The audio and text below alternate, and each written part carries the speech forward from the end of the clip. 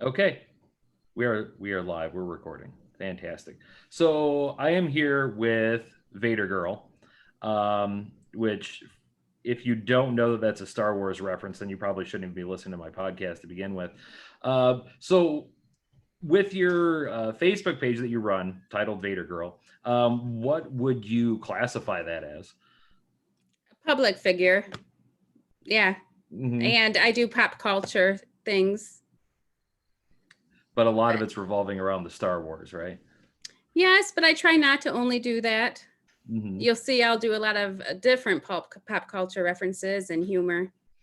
Yeah, I like a Uh, lot of the stuff you post on a daily basis. It was like 30 years ago today, this movie came out, or 15 yes. years ago, this movie came out. And it makes me feel old every time I see it, but it's still cool, you Right. know? Yes. Some It'll movie you post love to. birthdays of celebrities, not just the Star Wars ones, but Right, various yeah. celebrities or public figures. So I Yeah. think like most people who are into any kind of thing, nerd culture wise, just like a character, there's like an origin story to that. So for you, where did your interest and love of Star Wars begin? Later in life, I can't say I was young and I put this on. I was born in 1979. Me too. Cool. And I really wasn't into Star Wars till high school years. And then, I watched it with my friends, and that was about it. But it wasn't until my 20s, after a divorce and some tough times, being a single mother, I'm like, I need something to do, something to distract me. And Star Wars was it. Hmm. And it, my love grew. As we could see, yeah. What was it that you think? I guess it's kind of a twofold question. What is it that ultimately drew you into Star Wars, especially versus other genres? And do you think that appeal also is what works for other people? Oh, definitely not. Horror and sci-fi are my thing. I've never been into action movies. And you could say Star Wars has a lot of action, but I don't think so. I don't classify it as an action movie at all. Um, I just love sci-fi and horror. It Hmm. started with Alien. Oh, okay. Alien, Planet of the Apes, V, Star Wars. Hmm. In that order? Yep. Oh. Yep. What now do you kind of look at the Star Wars universe? At least in my mind, I sort of classify it as eras. You know, kind of like the three separate trilogies are in a lot of ways kind of their own thing, even though they're all part of the same universe and all started part of the same story. Do you view a lot because especially when you got into it later, and since we were born in the same year, the time frame you're talking about was probably right around the time the re-release was coming out of the original trilogy and then Yes, into the exactly. prequel Yes. trilogy, right? Yes. I remember seeing it in the theater, Hmm. the re-release of them, the special editions. Yeah. You didn't get to see any of the originals in theater? No. No. It's not much to brag about. I saw Return of the Jedi in theater, but I want to say it was like four, so I don't remember it. Yeah. You know, my dad dragged me along to it, and I maybe I thought the Ewoks were cool, which is something that a child would think. But um, what do you think about the most recent trilogy? Because I mean, that's like a lightning rod for fans, man. It is. I think the Star Wars fan base is very toxic. And I feel horrible that I actually did not like one of them and I almost walked out of the theater. I feel, and I've been judged like, oh, you hated The Last Jedi. So people get picked on for liking it, people get picked on for hating it. Can't we just all agree to disagree? Hmm. You hear people say, I like them all. There's one you like least. Right. Yeah. There's, and The Last Jedi is it. So Hmm. for me, but the other two were good. Yeah.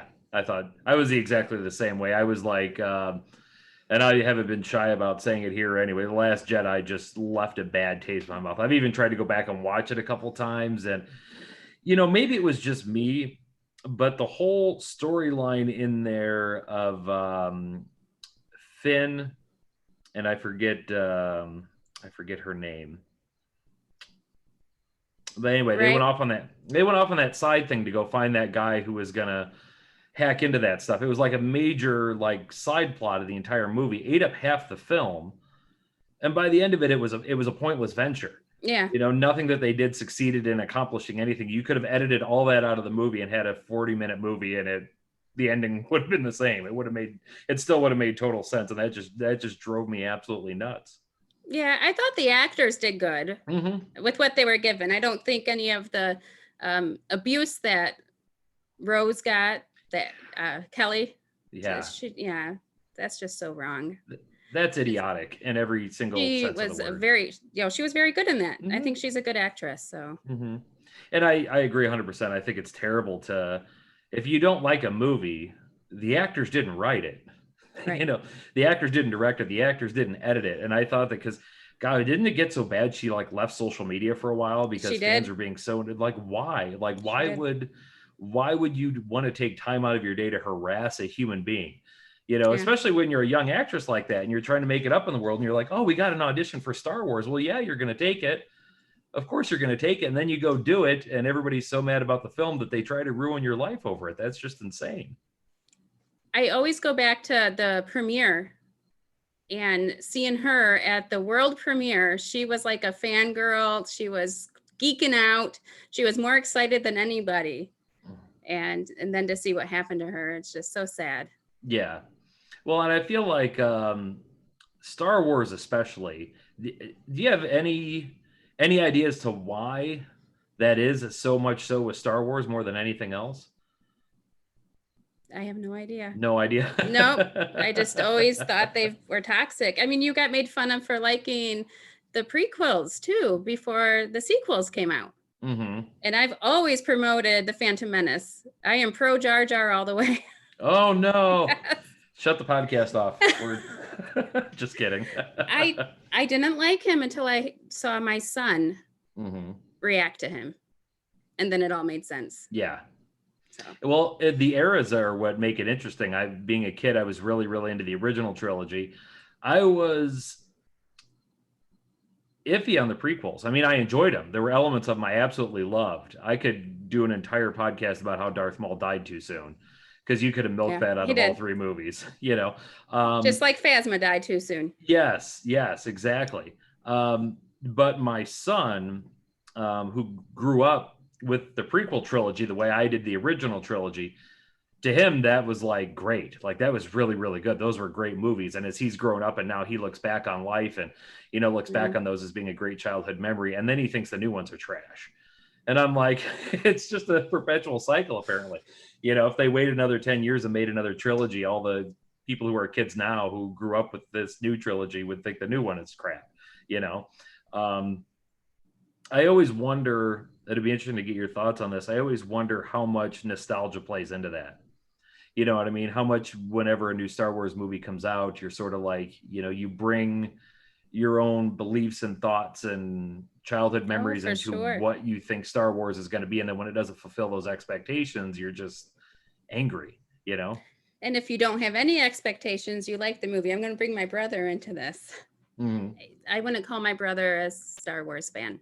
Mm-hmm. And when I saw The Last Jedi, when it came out, I told him, it was horrible. I left it feeling empty and sad, and I've never left a Star Wars movie like that before. He saw it and he loved it. So I was like, the ones that aren't really into Star Wars are liking The Last Jedi. So I think that's who it was made for, to be honest. Mm-hmm. Well, it's so hard. I mean, I almost get to the point where if they offered me like $15 billion and the opportunity to direct the next Star Wars movie, I'd almost turn it down.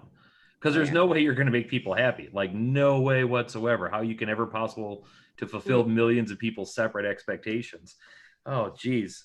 What other outside of the main movies, which of the, I guess you would call it, spin-off movies did you enjoy the most? I liked Rogue One and Solo. I liked them Mm-hmm. both. Which one? I'm going to make you rank them right here in the air. I think Rogue One felt more true to the Star Wars saga. It felt like it really belonged. Yeah. And I saw people walk out of the theater. Really? Yep. For Rogue One? Yep. Seriously? And I was thinking, yep, they'll like The Last Jedi. Yep. Yeah, they're playing for the other team, I guess. That's weird because it felt like Rogue One, at least from my perspective anyway, was one of the Star Wars movies since the original trilogy that didn't get near as much flack. Yeah. You know, I thought it was, and it's fun. Like, it's one of those great. I love sitting down and watching it, and then immediately putting in episode 4 right after because it just has like this seamless blend to it. It's so great. And so, of course, a Mandalorian fan, yeah, Yes. yeah. Where do you think they're going with that? I like where they're going. Mm-hmm. And I don't know, and that's what makes it so wonderful. Right. I love it so much. It ended up such a phenomenon. But now I'm kind of left wondering for season 3. Can you really have Grogu in it anymore? Now I'm that thinking he won't be. Yeah. And that was always part of the appeal, was that dynamic between those two, you know? And I have an unpopular opinion that no one's ever heard before. What's I'm going to that? say the first time with you. Okay. And the season finale of The Mandalorian, I couldn't watch it till in the evening. Mm-hmm. So I was watching Facebook and everybody's reactions and how great it was.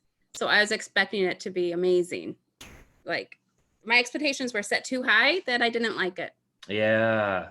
Yeah, that happens. I think that's the thing that Star Wars runs into, period.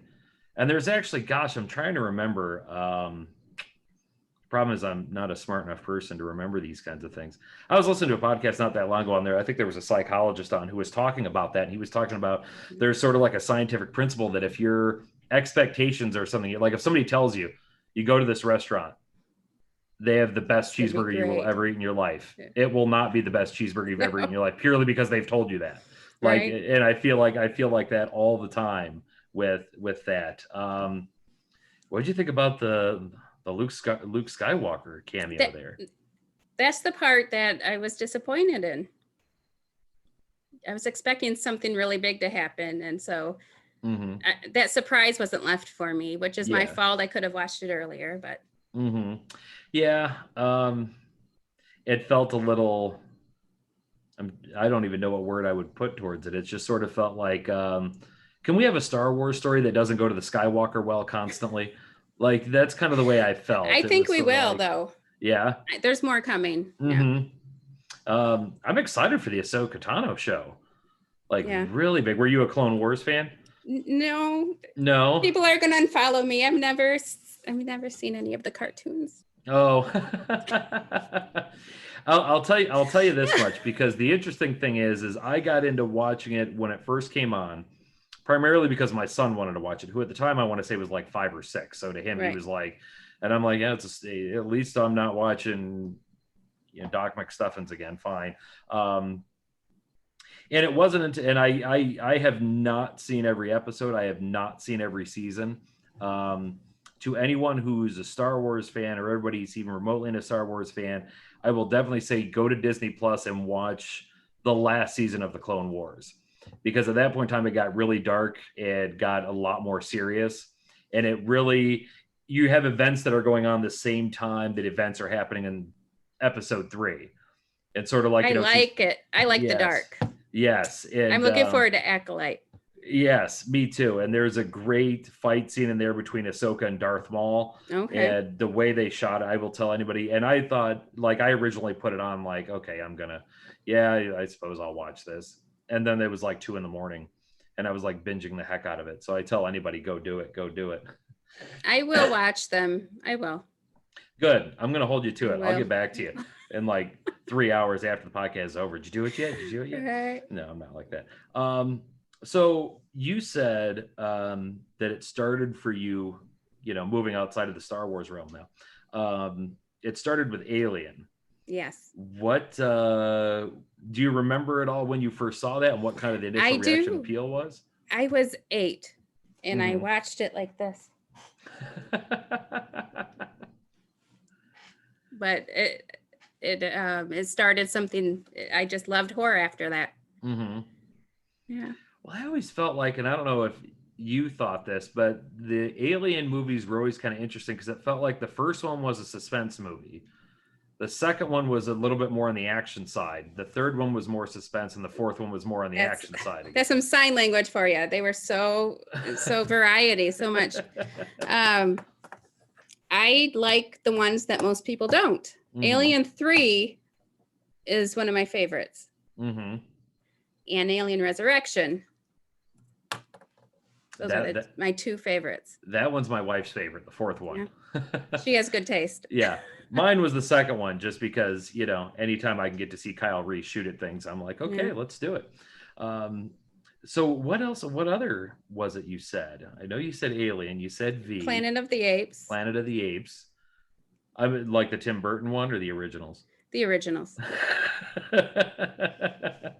I normally go for the original of stuff. Like we were just talking about on my page, It. And I love the originals so much, I really couldn't get into the new ones. Oh, really? Yeah. I can see that happening. I haven't seen any of them, period. So. Oh, you need to watch it. Now I'm going to be getting home. Have you watched it yet? Yeah, exactly. Touche.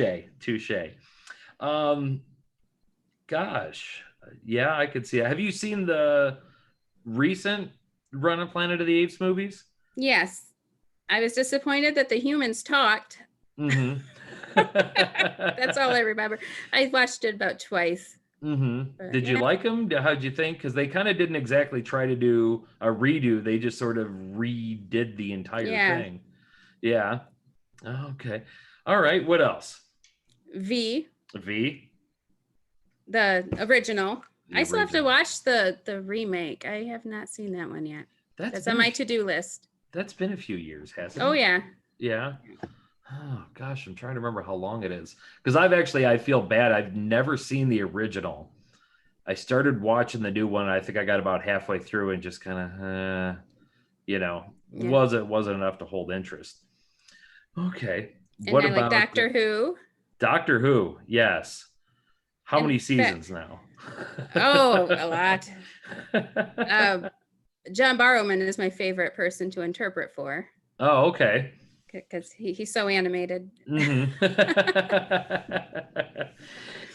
That's right. You do. Am I allowed to ask you about the sign language? Oh, sure. Yeah. When did that sort of become a thing for you? Do you have a background in it prior to training, or? When I was 3, watching Sesame Street. It got me started, and then every time our community would have a sign language class, through grade school, elementary school, my mom would sign me up because I always liked it since Sesame Street days. And then when I was a senior in high school, I'm like, I don't know what I'm gonna do. And my mom said, you used to love sign language. I'm like,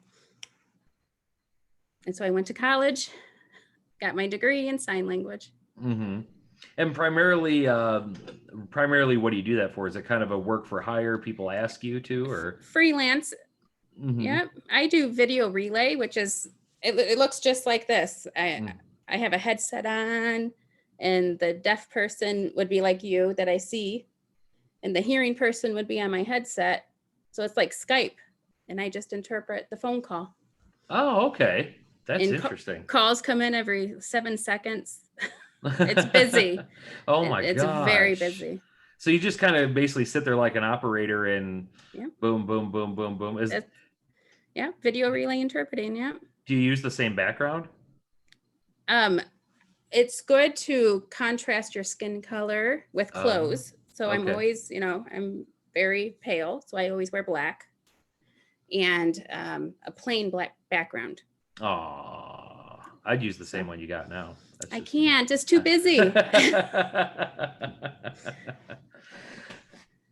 So, interesting side note interesting question. Outside of Star Wars, outside of V, outside of Planet of the Apes, or we could even say outside of sci-fi in general, what's kind of an interest or hobby that you have? I don't know if I have one. Really? I feel so. No, it's movies. It's that's Yeah, I wouldn't say I really have a hobby like that. Yeah, that's fair. My page is hobby enough for me. It's the pop culture. I do a lot of research about it. Yeah. Well, you're really busy on there. And Comic-Cons, can that be considered a hobby? God, if we can ever get them back. I miss them. That's I miss them that's so much. there's been a lot of bad things about COVID. Comic-Con is not at the top of the list, but if we're talking about something personally I miss the most, it's probably going to Comic-Con for sure. Oh, yeah. Have you ever done any of the cosplay? No. Well, I did No. a Han Solo one. I'm Oh not a yeah. cosplayer, but I did make a Han Solo one. Yeah. Fantastic. Yeah. What how long ago, I guess I should have asked this sooner. How long ago did you start the Vadergirl page? 2012. 2012. So you've been running that. That's been a good chunk. Yep. Wow. What? And I was barely posting for a good period of time because Facebook wasn't letting it reach many people. Mm-hmm. So maybe like 100 people a week would see my posts, and it got boring. But now in the past month, I had 5 million. Mm-hmm. Wow. So I don't know what's going on, but it's wonderful. It's like old times again. Well, good. So Yeah, the whole Facebook, I know they have some kind of viewership algorithms thing that I've got me and two friends of mine run a page, and it was the same kind of thing. For a while it was like every day we were reaching hundreds of thousands of people, and then it dropped down to like nothing. Like you were used to posting something and it would get like 3, 4, 500 shares and all this stuff, and then all of a sudden it like dropped down to like nothing for like a few months, and then eventually started picking back up again. And we're like, this can't be because all of these tens of thousands of people who are following us just suddenly decided to no longer see our stuff. Like and Facebook couldn't give us any answers over it. Still to this day, I don't know what was going on. Money. Yeah, probably. You're probably 100% correct. Oh, this is a hobby of mine, collecting autographs. Oh, what do you got? What would be your favorite ones? Well, Stanley. Oh. He's hanging on my wall. My favorite. They all tell a story. But I would just, Gary Busey. That was a wonderful one. Oh, that's old school too. I like the older stuff. When I met Robert Englund, I wasn't there for Freddie. I was there for his character in V. So, and you can tell when you go up to an actor and you give him an autograph or something to sign, and they're not used to signing that specific piece. It makes them excited. Oh, we got a V one. Yeah. Right. Yeah, especially when Nick Castle, is that his name? Am I getting his name right? He played in Jason. He played Jason. Is that his name? He directed The Boy Who Could Fly. Okay. If I'm getting his name wrong, I'm talking about the director who made The Boy Who Could Fly. When I went up to get his autograph, he was so excited that it wasn't the horror character he played, but a movie that he made. One of my favorite movies. Yeah, a lot of time they're lesser known work. I've gotten that before going to Comic-Con, going up to comic book writers or artists, because I'm a huge comic book fan. And, if there's somebody who, wrote X-Men for a long time, and everybody who's coming up to him is sliding him issues of X-Men, and all of a sudden you're like, you slide him this like, issue from like an offshoot of something else they wrote 20 years before. They're always like, oh my God, I didn't even know any of these were still out there. Holy cow. Those are always a lot of fun. Yeah. And they'll remember you. Yeah. And it's that, they won't remember your name or anything, but I signed this today. Yeah. So it's nice. It's any of those things. And I remember several years ago I was at Comic-Con. This would have been 2012 maybe, I don't remember. And there are these two guys who work together. They're best friends. They work for Marvel, and they're best friends. And what they do is they're both writers, but they co-write everything, just everything they do. And they weren't listed on the thing as being attendees at Comic-Con. They had just decided as buddies to just take a weekend trip to Chicago and go to Chicago Comic-Con. And me and my buddy Nick were there, and we spotted them in like the back, just sort of walking along, just drinking pop, just hanging out. We're like, you know how you are. You had to spend like 5 minutes going like, is is They can that tell. yeah. I see people do that to me. Yeah, so we walked over to him, said, you kind of like, hi, are you, Yeah. like a total nerd fanboy. And sure enough, it was. And that was like one of the coolest because we stood there for like 20 minutes and just talked like four guys just hanging out on the corner. Of course, had them 100 questions about, oh, where'd you come up with this Right. idea for this storyline? Where'd you come up with the idea for this? Or where'd you come up with the idea for this story? As it turns out, years later, those two guys ended up writing the movie Thor Ragnarok, if you're into the MCU movies at Okay. all. So that's No, always I'm my, not. I've seen no, them. just not a fan. I like DC better. Yeah. Oh, I know my son wants to kick me. He's 17. He's like, good kid, good kid, good kid. Um, did you have you seen the Snyder cut then? yes, it was really good. He was it? I haven't seen it yet. My son has been all over me to watch it, It and I was good. haven't yet. Mainly because I have young children and I need to find a nice, quiet 4 hour stretch of time that I can Right. devote. Not that I'm knocking its length. Some of the best movies I've seen were that long, but I just got to devote my time to it. Um, what is are you? Is it DC that you're into just over the movie side of it, or just kind of in general? No, I don't like really comic books. Mm-hmm. In fact, that's one thing I do not collect is the Star Wars comic books. Mm. I just watched a lot of the superhero movies and I find myself liking the DC ones more. Okay, that's fair. Nothing wrong with that.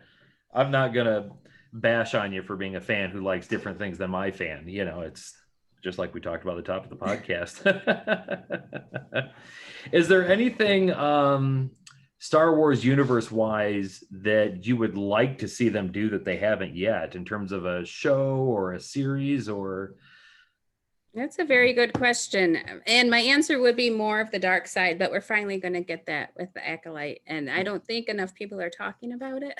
mm-hmm. So, but I'm glad they're finally doing it. And it's supposed to be a mystery, a thriller mystery. And that just excites me having a Star Wars thriller. Mm-hmm. Is that going to be, I'm assuming that's going to be a Disney Plus series? Yes. Have they given any time frame for us at all yet? They might. I don't know. They might have. Yeah, Disney's real good about being like, oh yeah, by the way, we're doing this. You don't hear anything for a long time that's, by the way, coming out next month. It's, Right. That's really interesting because they sort of like had this, the only thing you needed to know early on about the Star Wars universe, Jedi good, Sith bad. Yeah. And they didn't really allow them to get in depth into why. And it wasn't until later on, I think, even long after Return of the Jedi, that we started getting a little bit of nuance, that there's a bit of a gray line between the two. Right. That I thought it was really great the way Luke Skywalker said, was it in The Rise of Skywalker, that he had said, you think the Jedi are so great, but at the height of their power, they allowed the Sith to destroy them and completely take over the galaxy. So, there's definitely a level of hubris there. All right. So what are you thinking with the Vadergirl Facebook page? Just gonna keep running that thing till the bitter end? Yeah.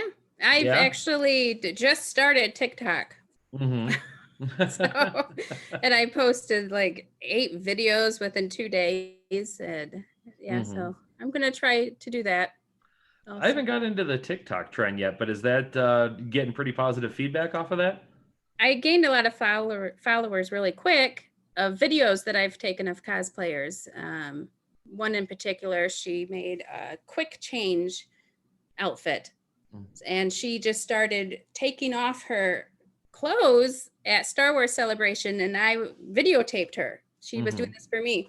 So it was a dress, and then she unzipped it, and it became the Leia slave costume. Oh, okay. A Hut Slayer. And what makes her so great is she looks like me, an average size girl, and people just it blew up on TikTok. Oh, really? Yeah. I haven't seen that one. Going to have to look that one up. Fantastic. Yeah. Oh, she's beautiful. She made it herself. Very talented seamstress. Loads of confidence. Yeah, one of the best things I've had recorded to this date. Yeah. That's great. Cosplay is a lot of fun. Yeah. It's a lot of work. My wife keeps going back and forth in like a love-hate relationship with it because she'll get this great idea like, oh, I would love to do this character. And then she starts Googling images of the character and looking at the detail and the fine work and being like, oh my God, that's going to take months to Yeah. get it. And if you're not going to do it exactly right, then don't do it. You know, you don't want to go with like foam that's duct taped and then painted and then you just kind of, you know. Some of my favorites have been just cardboard boxes. Oh, yeah.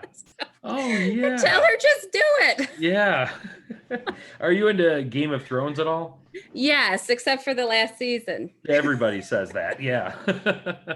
The one time I was at Comic-Con and there was this really big, tall guy he was going as Hodor, you know, and he just had the beard and had the robe on, and he had a box of Raisin Bran duct taped to his back because he was carrying Bran around. Right. Love it. I thought, well, that's genius. And of course, I'm sure you've seen the pictures of the Juan Solo guy. Yes. Yes, that was always one of my favorites too. Excuse me. Let's say I am a brand new fan. I've never watched Star Wars before. All right. And I come to you and I say, You're going to ask me the order, aren't you? yeah. So I'll just out with it and be like, and this is I want to say this is 100% a personal opinion. I know. And I used to know the order till the new ones came out, and I haven't thought about it. Uh-huh. So, see, I even have notes here. I had a feeling you were going to ask me that. Oh, okay. So I would go 4, 5, 1, 2, 3, 6, because 6 was the ultimate ending. And that was what I would tell people before the new ones. So I would probably say after 6, just go in order then. But then you have to add the Star Wars stories in there, don't you? Yeah. Well, I would at least Rogue One Would have to come before 4. Yeah, between 3 and 4. Yeah.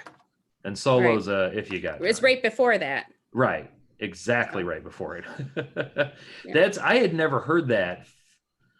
1, 2, 6, 4, 5. Is that what you said? No. 4, 5. 4. No. Yeah, 4, 5, 1, 2, 3, 6. That makes a ton of sense. Thank you. That makes a ton of sense. Because I'd always tell people like, oh no, you know, if I were you, I'd do 1, 2, 3, Rogue One, 4, 5, 6.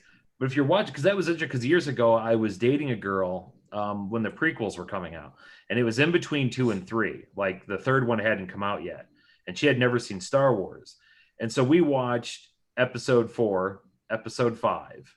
No, we had just watched Episode 4. That's the only one we had seen, and we were at Toys R Us, and there was this display of Anakin and Obi-Wan fighting, and in her mind, she hadn't seen 5 yet, so she doesn't know that Vader is Luke's father. That's another reason why you should go 4 or 5 first. You need that shock. Yeah, that's because if you do 4 or 5 and then you're like, okay, you find out he's Luke's dad. So here's a 3-movie flashback to how all that happened, and then you can get back to Jedi and finish it out and kind of go into it with a completely different view of who Vader is. I had never heard that before, but I think if anybody ever asked me that question, I'm gonna be like, listen, Vadergirl told me. And as far as I'm concerned, it's canon. This is what you have to say. So I find this interesting. You got notes there. What else do you got notes on? What did you think I was maybe my favorites, in case you ask me who my favorites are. By characters? Yeah. Do tell. Okay. My number 1 is Jabba the Hutt. Then Watto. I love him. Captain Phasma, Vader, and Maul. Why Captain Phasma? That's interesting. I love Gwendolyn. I've loved her since Game of Thrones. Oh, I love the actress. It was the love for the actress. And then it got to me thinking, it's a female stormtrooper. And I almost walked out when they killed her. Yeah, they did too. Just to fall in the pit. But in reality, that's the way all the greats in Star Wars dies. They fall down the pit. Yeah. So I was hoping that JJ would bring her back. No. One of the things I loved about her is that she was a female stormtrooper, but they didn't attempt to like form fit the armor. They didn't attempt to sexualize it. They didn't attempt to be like, oh, she's a tall female stormtrooper and let's give it all these curves. They just like, no, it's stormtrooper armor. You're wearing it. Yep. I thought that was really, really great idea for the character. Who else you got on your list? Oh, that I just the five. Those are my top five. Okay. Yeah. Those are my top five. What? My favorite movies is people make fun of me for this. Well, first 6 and 1. Mm-hmm. Yep. Return of the Jedi and episode 1. I thought episode 1 was very underappreciated for what it was. I think sometimes, and this is especially true of Star Wars fans, is that because other people hate it, people feel like they have to hate it. I feel that too. It's trendy to hate. Yeah. Because I was so excited for that movie to come out. I probably saw it 5 times in the theaters when it did.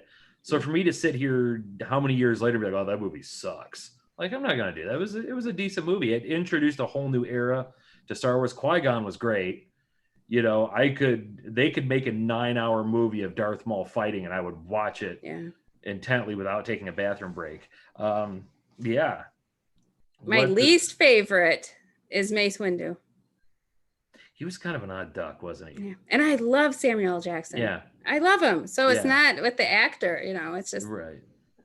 That character never really found his footing. Like they're like, okay, he's a Jedi. He's a bit of a rebel, but we don't really know how to use that. You know what I mean? Mm-hmm. Yeah, especially then. Well, there was the whole weirdness between he tells Anakin, I sense great trouble in you. You need to stay here for your own safety. And then Anakin basically has to try and stop him from killing Palpatine. Like, because he's so bent up on taking him out at that point, rather than doing what the Jedi code says you should do. I could see that. What?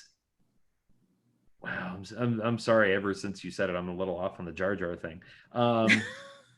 However, going back to the toxic fandom thing, that guy got a ton of flack for that.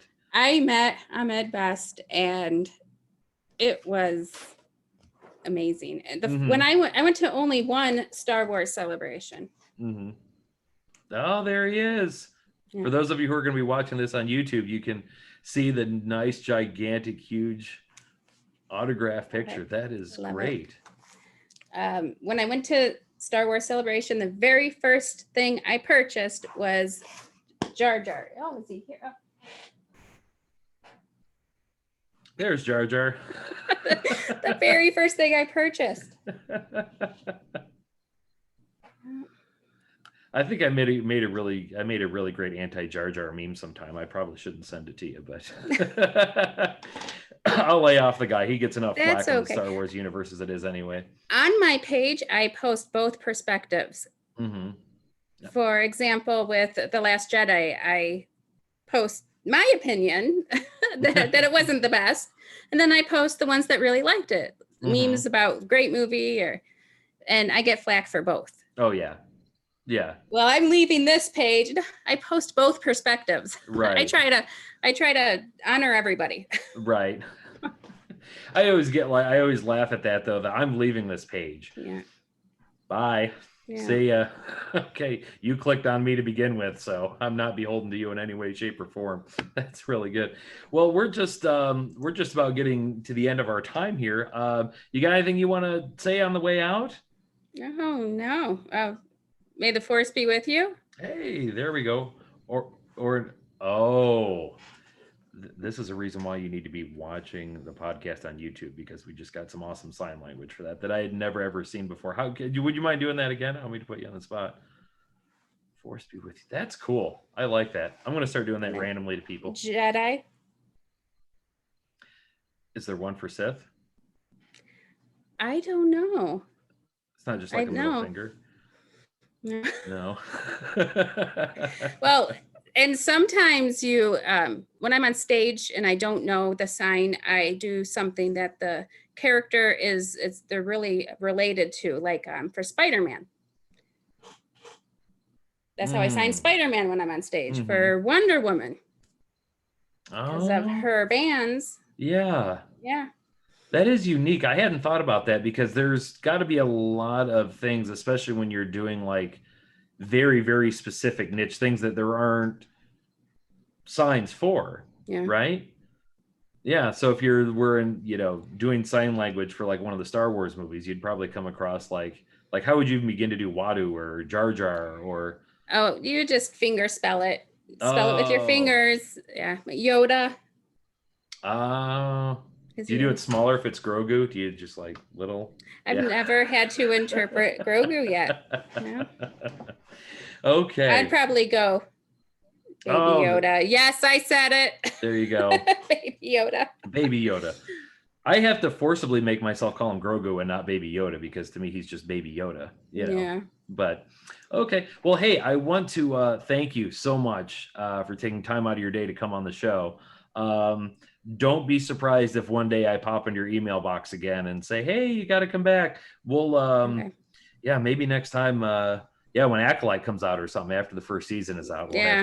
we'll have to do a rehash for that because yeah, I'm really excited for that. Have you read a lot of the? I know I'm said we were going, but have you read a lot of the Star Wars fiction, a lot of the novels? I get this question asked a lot, and I'm ashamed to say that I've tried to get into the books and I can't. But I do Mhm. have a lot autographed. They're in my collection, but Well, I'm not I'm not trying. a big reader though. So it's Yeah. nothing against the Star Wars novels at all. I'm just Hmm. not a big reader. I as a side note, because I'll say this over the air because people had asked me, one of the podcasts I did a couple episodes ago was with a science fiction author who's done a ton of work. And one of the things that she did is she wrote several Star Wars books and several of the novels during the legacy, what was called the Legacy of the Force series at the time, which would have come out mid 2000s, I want to say somewhere in there, which were taking place at the time. We're talking like 20, 30 years after Return of the Right. Jedi, which the new trilogy have completely rewritten over all of that.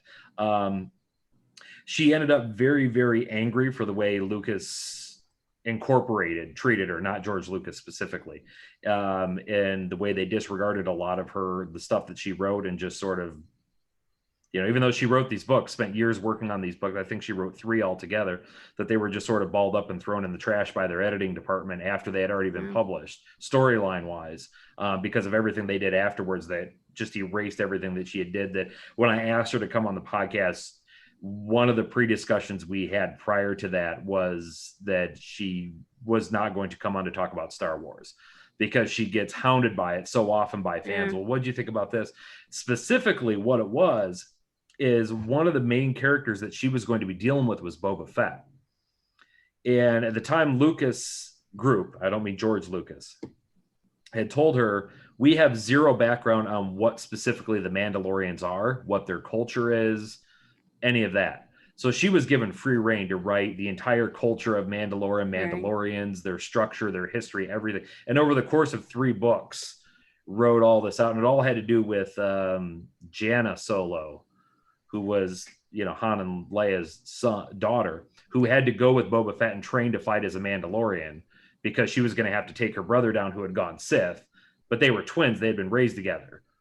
So she had to go learn a completely new fighting style. Anyway, I'm going off on a tangent. But anyway, then when they did the Star Wars, the Clone Wars, they had episodes in there that dealt with the Mandalorians. And this was just like a year after her last book had come out. And they completely disregarded everything she had wrote, the entire history, everything about the Mandalorians. And so needless to say, she got really upset because Lucas supposedly had this whole group of this committee of people who were supposed to make sure that all their TV shows, comic books, video games, movies all worked in sync to create one canon. Yeah. And they were assuring her, like, we're giving you the free reign to write the history of Mandalorian culture, the history of Boba Fett. And she did all this work, and then they were just like, nah, nah. So she's been Well, hounded by Star Wars fans ever since. So that was her big they did condition. that with a lot of them, though. They did that Mhm. with a lot with the Yeah. EU. So Yeah, it's just unfortunately just the nature, I guess, the way of entertainment works. Somebody else says, you know what, I want to do something different. They're like, well, if it's going to sell, go right ahead. So but I will end with this. I am glad that Disney is giving us more. yes, You know, I will. Yes. I'll take them. I want more. Um, so people need to stop complaining. At least we're getting it. Yeah, be happy because Lucasfilm was sort of working at a snail's pace. Like it had just all remained independent. We never would have gotten the Mandalorian. We might not have gotten the new trilogy. We wouldn't have gotten Solo. We wouldn't have gotten Ahsoka Tano and Acolyte. And because one thing Disney's going to do, if as much money as they spend for that, you darn right they're going to kick material out, Yeah. like crazy, and they're really, really good at it.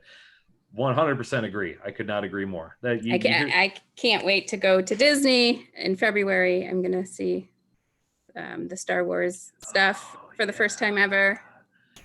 February? Yep. I'll be looking out for. We're hoping next summer we can go. But I want to see. I have a friend of mine who lives, like, she's been on the show before. She's an actor, and she lives just a few hours away from there, and she got in as like one of the early access and was sending me all kinds of pictures, and I'm like, oh my god, I can't wait.